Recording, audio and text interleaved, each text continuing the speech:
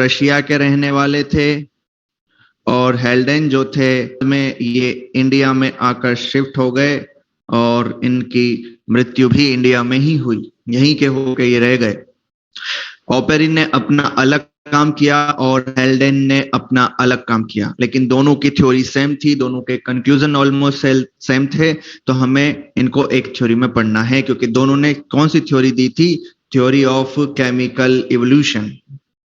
बात समझ में आई कुछ?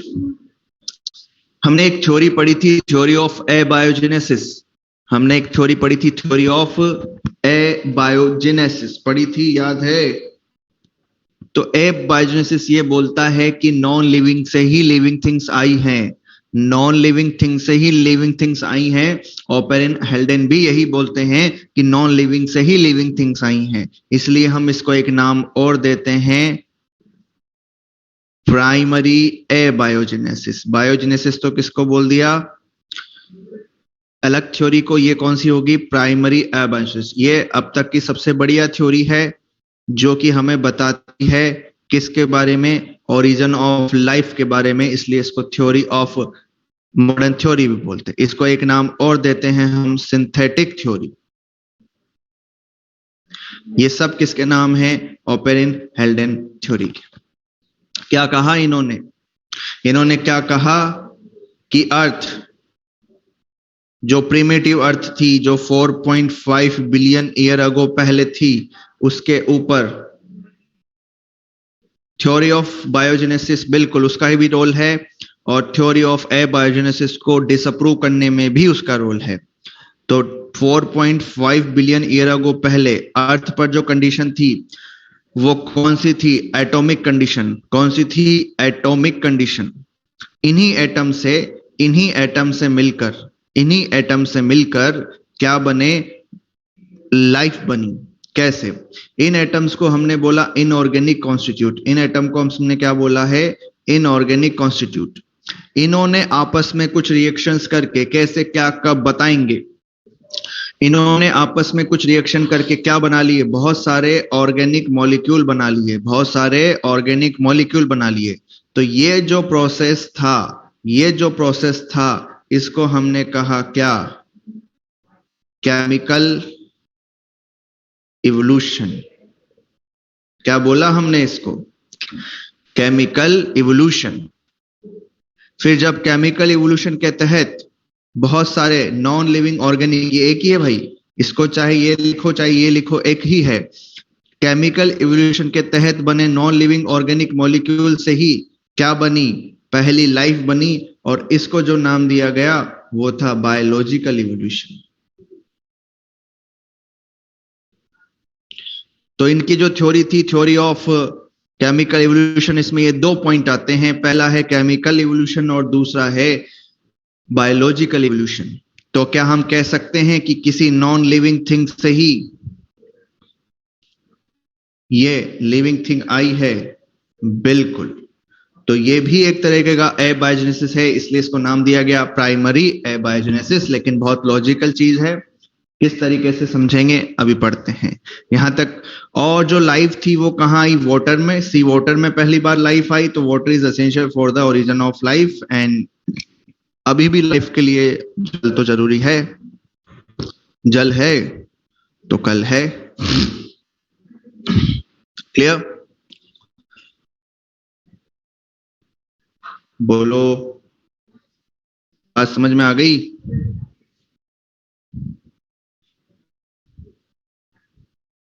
चलिए आगे चलें। थ्योरी ऑफ केमिकल इवोल्यूशन कितने पार्ट में पूरा होता है? दो पार्ट में। पहला नाम है केमिकल इवोल्यूशन, इसी को नाम दिया कीमोजेनी। दूसरा है बायोलॉजिकल इवोल्यूशन, इसी को नाम दिया बायोजेनी। क्या है केमिकल इवोल्यूशन? केमिकल इवोल्यूशन है सर एटम से मैक्रोमोलिक्यूल का बनना, और उस मैक्रोमोलिक्यूल से फर्स्ट सेल का बनना, दैट इज बायोलॉजिकल इवोल्यूशन। तो पहले क्या चला?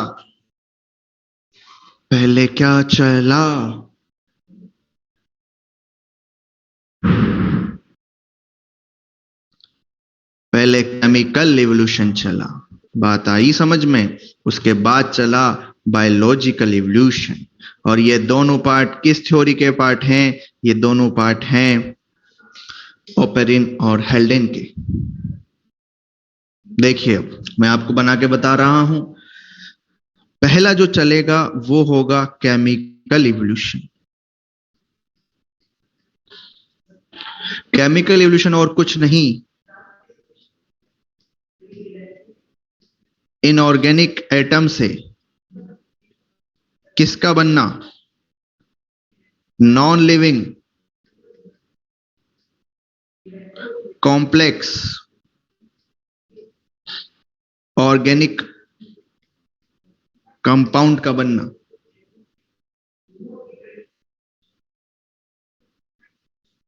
आपको मिल जाएगा ये बना बनाया पीडीएफ फॉर्म में, तब बना लीजिएगा, ठीक है? अभी समझे पे ध्यान दीजिए। तो ये जो केमिकल इवोल्यूशन है ये कब चला होगा? प्रिमिटिव अर्थ पर चला होगा। कब चला होगा? प्रिमिटिव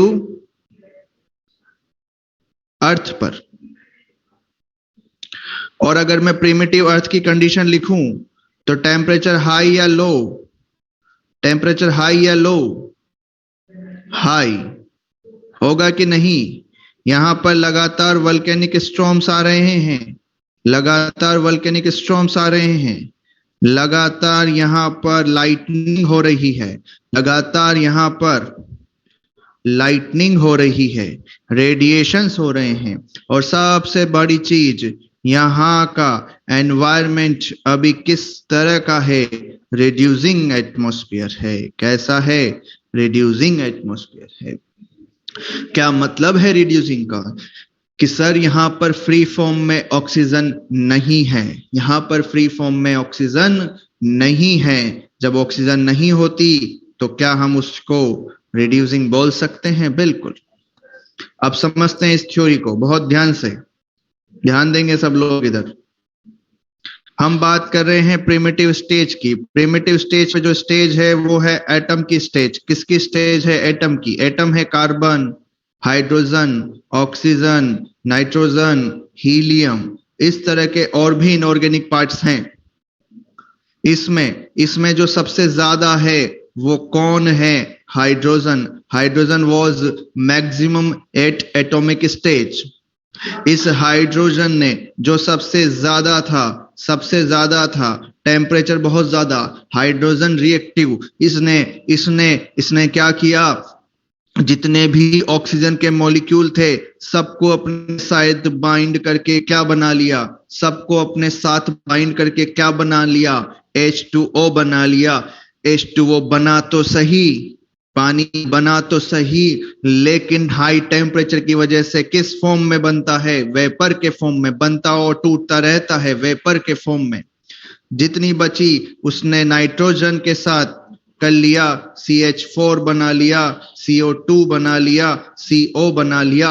इस तरीके से एटम ने मिलकर कौन सी स्टेज बना ली? मॉलिक्यूलर स्टेज बना ली।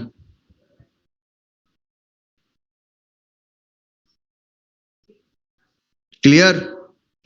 धीरे धीरे टाइम बीतता जा रहा है, धीरे धीरे टाइम बीतता जा रहा है, ये चीजें बनती जा रही है। अब यहाँ पर शुरू हो गया वाटर साइकिल। यहाँ पे शुरू हो गया कौन? Water cycle. क्योंकि पानी बनता टूटता, पानी बनता टूटता, लेकिन पानी ठहर नहीं पाता, स्टोर नहीं पाता, क्योंकि टेम्परेचर बहुत ज्यादा है। लगातार मेटेओराइट्स टकरा रहे हैं, लगातार मेटेओराइट्स टकरा रहे हैं, लगातार मेटेओराइट्स टकरा रहे हैं।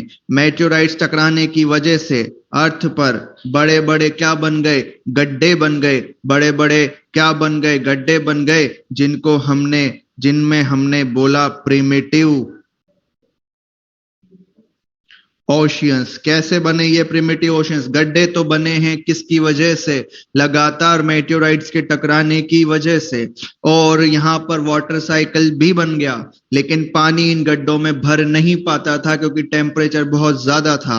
लेकिन जैसे जैसे समय बीतता गया, अर्थ ठंडी होती गई, टेम्परेचर कम होता गया, और जैसे ही टेम्परेचर 1000, 500, 400, 300, 200, 100 और 99 पर आया, पानी का उड़ना बंद होने लगा, कम होने लगा, धीरे धीरे उड़ता। बारिश अभी भी बंद नहीं हुई, समझ पा रहे हैं आप मेरी बात? तो यहां पे शुरू हो गई थी बारिश, वाटर साइकिल के शुरू होने से शुरू हो गई थी बारिश। बारिश लगातार गड्ढों में गिरती, पानी उड़ जाता, गड्ढों में गिरती, पानी उड़ जाता। लेकिन जैसे ही टेम्परेचर कम हुआ, एक वक्त आया जब ये गड्ढे पानी से भर गए और अभी भी भरे हुए हैं, जिनको हमने बोला है प्रिमिटिव ओशियंस। ये बारिश हजारों लाखों सालों तक चली, इसको हम नाम देते हैं टोरेंशियल रेन। क्या बोलते हैं इनको? Torrential rain. मूसलाधार बारिश लगातार होती गई क्योंकि टेम्परेचर बहुत ज्यादा था। जैसे ही टेम्परेचर कम हो गया, जैसे ही टेम्परेचर कम हो गया, बारिश भी कम हो गई, बंद नहीं हुई, कम हो गई। लेकिन जब ये बारिश हुई और गड्ढे भरे, तो ये अपने साथ इस मॉलिक्यूलर स्टेज को भी इन गड्ढों में लेके आ गए। और सारे के सारे जो मॉलिक्यूल थे, सारे के सारे जो मॉलिक्यूल थे जो यहाँ पे बने थे, यहाँ पे बने थे, वो सब कहाँ आ गए? वो सब कहाँ आ गए? इस पानी में आ गए, पानी के साथ। फिर जब ये सारी मॉलिक्यूलर स्टेज पानी में आ गई, इनको एक मीडियम मिला, इनको एक मीडियम मिला पानी का। पानी बहुत अच्छा मीडियम है केमिकल रिएक्शन के लिए। जब इनको मिला मीडियम पानी का, तो इन्होंने आपस में रिएक्शन करना शुरू करी और रिएक्शन करके इन्होंने बनाए अमीनो एसिड्स, इन्होंने बनाए फैटी एसिड्स, इन्होंने बनाए मोनोसैकेराइड्स, इन्होंने बनाए नाइट्रोजन बेसिस। और ये सब क्या हैं? ये सब हैं सिंपल ऑर्गेनिक कंपाउंड। क्या हैं ये? Simple organic compound. फिर इन सिंपल ऑर्गेनिक कंपाउंड ने वापस आगे रिएक्शन करा। वापस जब आगे रिएक्शन करा, तो सारे अमीनो एसिड जब मिले, तो बना कौन? प्रोटीन। सारे फैटी एसिड जब मिले, तो बना कौन? लिपिड। सारे मोनोसैकेराइड बने तो मिला कौन? पॉलीसैकेराइड। न्यूक्लियोटाइड बने नाइट्रोजन बेसेस के मिलने से। तो ये सारी की सारी वो चीजें आ गई। कौन सी? Complex organic compound. कौन बन गया? Complex organic compound. क्या यही हमारा केमिकल इवोल्यूशन था कि एटॉमिक स्टेज से कॉम्प्लेक्स ऑर्गेनिक मॉलिक्यूल का बनना, कॉम्प्लेक्स ऑर्गेनिक कंपाउंड का बनना? ये सब कहां बने? प्रिमिटिव ओशियंस में। प्रिमिटिव ओशियंस का पानी गर्म है, पानी गर्म है, उनमें सारे के सारे nutrient like protein, lipid, polysaccharide ये घुले हुए हैं। एक सूप तैयार हो गया, एक सूप तैयार हो गया। इसको बोला हॉट डाइल्यूट या प्री बायोटिक सूप। और ऐसा कहने वाले और कोई नहीं, ऐसा कहने वाले कौन थे? ऐसा कहने वाले हेल्डेन साहब थे। तो प्रिमिटिव ओशियंस को जब उसमें कॉम्प्लेक्स ऑर्गेनिक कंपाउंड बना, तो उसमें उसको हॉट डाइल्यूट या प्रीबायोटिक सूप किसने कहा? हेल्डेन ने कहा। क्या आपको ये केमिकल इवोल्यूशन समझ में आया? किस तरह एटम से कई इस टाइम लग रहा है इसमें, है ना? ऐसा नहीं है जितना जल्दी अपन पढ़ उतना हो रहा है, बहुत टाइम लग रहा है। टाइम को हमेशा साथ लेके चलिएगा, ठीक है? वापस एक बार देखते हैं इसको। एटॉमिक स्टेज थी, एटॉमिक स्टेज में हाइड्रोजन सबसे ज्यादा था। उन्होंने रिएक्शन करके मॉलिक्यूलर स्टेज बनाई, जिसमें H2O बना, NH3 बना, CH4 बना, CO2 बना, CO और भी चीजें बनी। ये सब बारिश के साथ, क्योंकि H2O बन गया था, गर्म था, टूट जाता, बनता टूटता, बनता टूटता, बनता टूटता, बनता टूटता। अर्थ ठंडी हो रही है, बन रहा है, टूट रहा है, बन रहा है, टूट रहा है। एक वक्त ऐसा आएगा जब टूटना कम होगा, क्योंकि टेम्परेचर कम हो जाएगा, तो गड्ढे भरने लगेंगे। जब बारिश हुई तो हवा में ये सब मॉलिक्यूलर स्टेज थे, पानी उन मॉलिक्यूलर स्टेज को लेके कहां आ गया? उन ओशियंस में आ गया। सारे मॉलिक्यूल जब ओशियंस में आए, तो उनको एक स्टेज मिली, एक मीडियम मिला। और उस मीडियम की वजह से उन्होंने आपस में उन्होंने केमिकल रिएक्शन करके बनाए सिंपल ऑर्गेनिक कंपाउंड, और सिंपल ऑर्गेनिक कंपाउंड से मिलकर बने कॉम्प्लेक्स ऑर्गेनिक कंपाउंड। ये सब आ गए थे प्रिमिटिव ओशियंस में, और उनको हेल्डेन ने बोला प्रीबायोटिक सूप या हॉट डाइल्यूट सूप। क्या बात समझ में आई? केमिकल इवोल्यूशन में सबसे पहले बनना वाला first organic compound was CH4 and first inorganic compound was probably water and NH3। क्या बात समझ में आई? बोलो, क्लियर है भाई सभी को? तो इस तरह चल गया क्या? Chemical evolution. केमिकल इवोल्यूशन के बाद कौन चला? केमिकल इवोल्यूशन के बाद कौन चला? Biological evolution. बायोलॉजिकल इवोल्यूशन और कुछ नहीं, ये जो मैक्रोमोलिक्यूल्स थे, ये जो कॉम्प्लेक्स ऑर्गेनिक कंपाउंड थे, इन्हीं से फर्स्ट सेल का बनना क्या कहलाया? Biological evolution. क्या बायोलॉजिकल इवोल्यूशन केमिकल इवोल्यूशन के बाद चला? बिल्कुल। लेकिन क्या जब बायोलॉजिकल इवोल्यूशन चल रहा था तो क्या केमिकल रिएक्शन, ये केमिकल इवोल्यूशन बंद हो गया? नहीं। मैं जब तक ना बोलूं तब तक केमिकल इवोल्यूशन को चलाना है। केमिकल इवोल्यूशन कब तक चलेगा? जब तक दुनिया में फ्री फॉर्म में ऑक्सीजन नहीं आ जाती। जिस दिन फ्री फॉर्म में ऑक्सीजन आ गई इस दुनिया में, एनवायरमेंट रिड्यूसिंग से कैसा हो जाएगा? ऑक्सीडाइजिंग। और ऑक्सीडाइजिंग एनवायरमेंट में केमिकल इवोल्यूशन पॉसिबल नहीं है, क्योंकि जो मॉलिक्यूलर स्टेज है इन सब के साथ ऑक्सीजन जुड़ेगी, इनको ऑक्सीडाइज कर देगी, ऑक्साइड बना लेगी जो स्टेबल कंपाउंड है। फिर ये मॉलिक्यूलर स्टेज जब ऑक्सीडाइज हो जाएंगे तो आगे सिंपल ऑर्गेनिक कंपाउंड, और सिंपल ऑर्गेनिक कंपाउंड नहीं तो फिर कॉम्प्लेक्स ऑर्गेनिक कंपाउंड भी नहीं, तो आपका केमिकल इवोल्यूशन रुक जाएगा। तो क्या आज केमिकल इवोल्यूशन पॉसिबल है? क्योंकि क्या अवेलेबल है? फ्री फॉर्म में ऑक्सीजन अवेलेबल है, इसलिए केमिकल इवोल्यूशन पॉसिबल नहीं है। बात समझ में आ रही है? अरे जब केमिकल इवोल्यूशन बंद होगा तो क्या बायोलॉजिकल भी बंद होगा? जब केमिकल इवोल्यूशन बंद होगा तो क्या बायोलॉजिकल भी बंद होगा? बिल्कुल। जब मैक्रोमोलिक्यूल नहीं बनेंगे तो मैक्रोमोलिक्यूल से सेल कैसे बनेगी? बात आ रही है समझ में? तो अब हम समुद्र में पहुंच चुके हैं, और समुद्र में सारे के सारे क्या आ चुके हैं? समुद्र में सारे के सारे क्या आ चुके हैं? Complex organic compound. क्या आ चुके हैं भाई? समुद्र में कॉम्प्लेक्स ऑर्गेनिक कंपाउंड या मैक्रोमोलिक्यूल। और अब जो इवोल्यूशन चलेगा that will be biological evolution. क्या हो रहा है? सारी बात समुद्र में हो रही है, ओशियंस में हो रही है, ध्यान रख के चलिएगा। अब ये सारे के सारे मैक्रोमोलिक्यूल, सारे के सारे मैक्रोमोलिक्यूल कहां पड़े हुए हैं? समंदर में पड़े हुए हैं। सारे के सारे मैक्रोमोलिक्यूल समंदर में पड़े हुए हैं। अब ये जब अपना लगातार केमिकल इवोल्यूशन चलता है, लगातार मैक्रोमोलिक्यूल बनते हैं, तो मैक्रोमोलिक्यूल का नंबर समंदर में बढ़ रहा है, इनका नंबर बढ़ रहा है, तो ये आपस में एग्रीगेट होने लगते हैं, आपस में एक ग्रुप बनाने लगते हैं, आपस में कोलोइडल ड्रॉप लाइक स्ट्रक्चर बनाने लगते हैं। उसको हमने बोलते हैं क्लस्टर बन गया, एक ग्रुप बन गया। अरे ग्रुप बन गया किसका? ग्रुप बन गया किसका? क्लस्टर ऑफ मैक्रोमोलिक्यूल्स का, जिसमें लिपिड भी था, प्रोटीन भी था, न्यूक्लिक एसिड भी थे। ये सब बड़े बड़े मिलके बड़े बड़े ड्रॉप लाइक स्ट्रक्चर बनाने लगे। ये सब इसमें क्या थे? मैक्रोमोलिक्यूल्स थे। ये जो क्लस्टर ऑफ मैक्रोमोलिक्यूल बना, क्लस्टर ऑफ मैक्रोमोलिक्यूल बना, इनको नाम दिया प्रोटोबायोन्ट्स। क्या इन प्रोटोबायोन्ट्स में न्यूक्लिक एसिड भी था?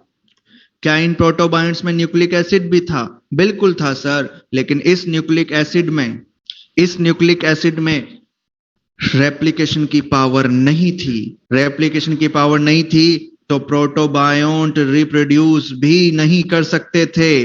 प्रोटोबायोन्ट रिप्रोड्यूस भी नहीं कर सकते थे। लेकिन अभी अर्थ पे कोई एनवायरनमेंट नहीं बना था। लगातार धरती पर क्या आ रही थी? लगातार धरती पर क्या आ रही थी? यूवी रेज आ रही थी, और यूवी रेज ने इस वाले न्यूक्लिक एसिड में क्या कॉज किया? म्यूटेशन। क्या कॉज किया? म्यूटेशन। और जो न्यूक्लिक एसिड कवर नहीं थी, फिर जैसे जैसे इसमें इवोल्यूशन हुआ तो इसके पास ट्रू क्लोरोफिल आया, और जैसे ही ट्रू क्लोरोफिल आया, जैसे ही ट्रू क्लोरोफिल आया, इसने सोर्स ऑफ हाइड्रोजन किसको यूज किया? H2O को।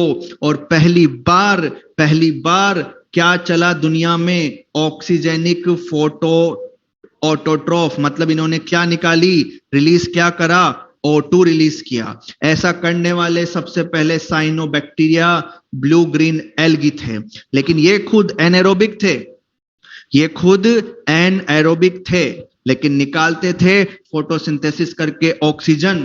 दुनिया ने पहली बार, बेटा पहला प्रोकैरियोटिक तो ये था ना, ऊपर ही ऊपर वाला, ये 2 बिलियन ईयर अगो पहले बन गया था। फिर इसमें इवोल्यूशन चल रहा है और ये धीरे धीरे कहां पहुंचा? ऑक्सीजनिक फोटोऑटोट्रॉफ में। तो पहला प्रोकैरियोट तो कीमो हेटेरोट्रॉफ बैक्टीरिया लाइक कुछ स्ट्रक्चर थे। क्या थे? We don't know exactly, we don't know, लेकिन हम ऐसा जानते हैं कि पहला प्रोकैरियोटिक जिसने ऑक्सीजन निकाला, दैट वाज साइनोबैक्टीरिया। तो जीवन में अर्थ ने पहली बार क्या देखा? ऑक्सीजन देखा। और दुनिया में अब चली ऑक्सीजन रिवोल्यूशन। अब क्या चला? Oxygen revolution. जो एनवायरनमेंट अब तक रिड्यूसिंग था, जो एनवायरनमेंट अब तक रिड्यूसिंग था, वो अब कैसा हो गया? वो अब ऑक्सीडाइजिंग हो गया। और ऑक्सीडाइजिंग एनवायरनमेंट अगर हो गया तो इसका मतलब केमिकल इवोल्यूशन ना बंद हो गया, क्योंकि केमिकल इवोल्यूशन में जो कंपाउंड बनते उनका ऑक्सीजन के साथ रिएक्शन होकर ऑक्सीडाइज हो जाता। केमिकल इवोल्यूशन रुक चुका है। तो समझ में आया कब चला केमिकल इवोल्यूशन? जब एनाएरोबिक से कौन? साइनोबैक्टीरिया वाले आए जिन्होंने ऑक्सीजन निकालना शुरू करी। ऑक्सीजन इतनी भारी मात्रा में निकली कि पूरा ऑक्सीडाइजिंग एनवायरनमेंट हो गया। यहां तक कि अर्थ ही नहीं, अर्थ के बाहर भी एक लेयर बन गई जिसको आज हम ओजोन लेयर के नाम से जानते हैं। जैसे ही ओजोन लेयर बनी, यूवी रेज आना भी कम हो गई, म्यूटेशन भी कम हो गया, लाइफ स्टेबिलिटी की तरफ बढ़ रही है। और सबसे शानदार चीज, अब जो ऑर्गेनिज्म आ रहे थे वो मोड ऑफ रेस्पिरेशन कौन सा कर रहे थे? एरोबिक कर रहे थे। और मैं ये जानता हूं बच्चों कि जब जब एरोबिक मोड ऑफ रेस्पिरेशन चलता है तब तब एटीपी ज्यादा बनती है कंपैरेटिवली एनएरोबिक के। एनएरोबिक में नंबर ऑफ एटीपी कम बनता है और एरोबिक में नंबर ऑफ एटीपी ज्यादा बनता है। जब इन्होंने लगातार ऑक्सीजन वाला किया, एटीपी ज्यादा मिली, एनर्जी ज्यादा मिली, इवोल्यूशन अच्छे से हुआ। और अब जाके हुआ है ओरिजिन ऑफ यूकैरियोटिक सेल। अब जाके हुआ है ओरिजिन ऑफ यूकैरियोटिक सेल। और ऐसा कब हुआ है? ऐसा कब हुआ है? ऐसा हुआ था 1.5 बिलियन ईयर अगो पहले।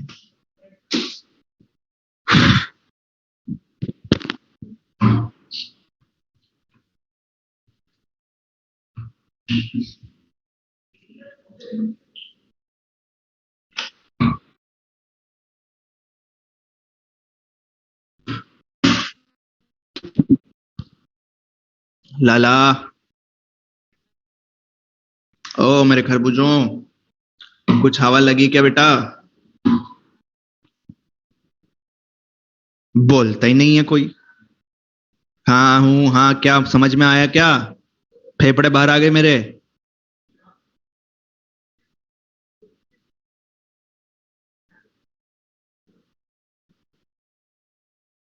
पता ही क्या यार, शक्लें तो दिखती नहीं तुम्हारी यहाँ पे।